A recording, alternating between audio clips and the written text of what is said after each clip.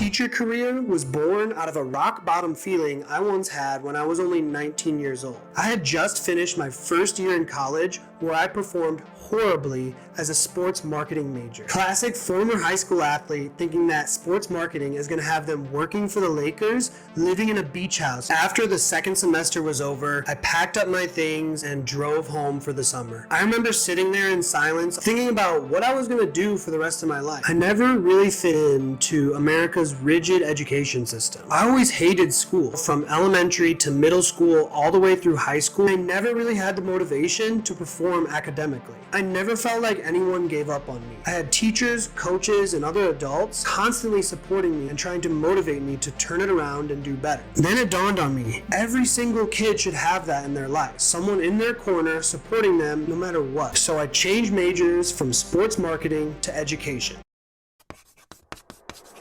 After transferring schools a couple of times, I found myself a home at Butler University in the College of Education. Right away, our practicums had us inside of schools, observing classrooms, and working with students. These were my first experiences as an educator. Two of those moments cemented my path on becoming an elementary school teacher. The first moment, we were working with a group of first graders, just making arts and crafts and just kind of hanging out. Me and this little boy are bonding and we're having a good time. We're making each other necklaces. I make him this sick necklace. It has a gold thread with a couple of beads on it, and I give it to him.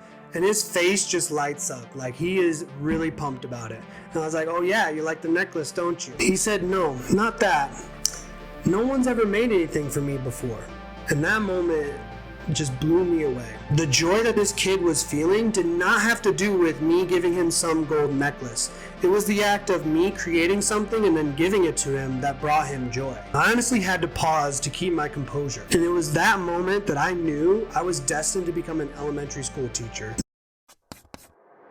The other moment is something that truly breaks my heart to talk about. Through Butler University, we partnered with the Indiana School for the Blind and Visually Impaired. Our first trip there as a class, we were going to be paired with students to do Thanksgiving-themed activities. I was paired with a little boy named Samaj, and I remember his name because the teacher told me that it's James spelled backwards. So I thought that was really cool. We immediately bonded. We were carving pumpkins together, and he had on this cute little cowboy hat that he was so pumped about. I'll never forget the look of joy on his face as I told him I was putting it on and that I really liked it. There was a big pile of leaves right next to our table. Samaj and I walked over to the pile. I told him to hold on as I dragged him in and out of the pile of leaves, and we were both having such a great time. As it was time for the college students to say goodbye, I told Samaj that I would be back to visit. Well, a couple of weeks went by and I went back to the school to volunteer. I found Samaj's teacher and I asked if we could hang out and have some fun together. She told me that he had removed from the school and that there was no other information that she could give me.